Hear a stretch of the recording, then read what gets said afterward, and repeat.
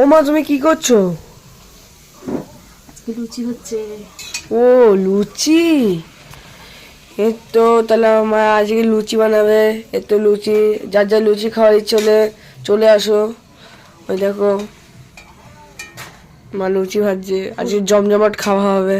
ফুলকো ফুলকো লুচি না? ফুলকো ফুলকো লুচি হচ্ছে আজকে।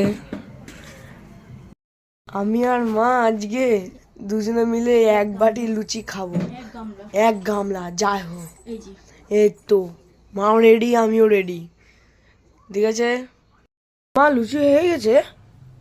ও বাবা, ও বাবা, কত বড় বড় ফুলকো ফুলকো লুচি। আজকে তো জমজমাট খাওয়ার হবে।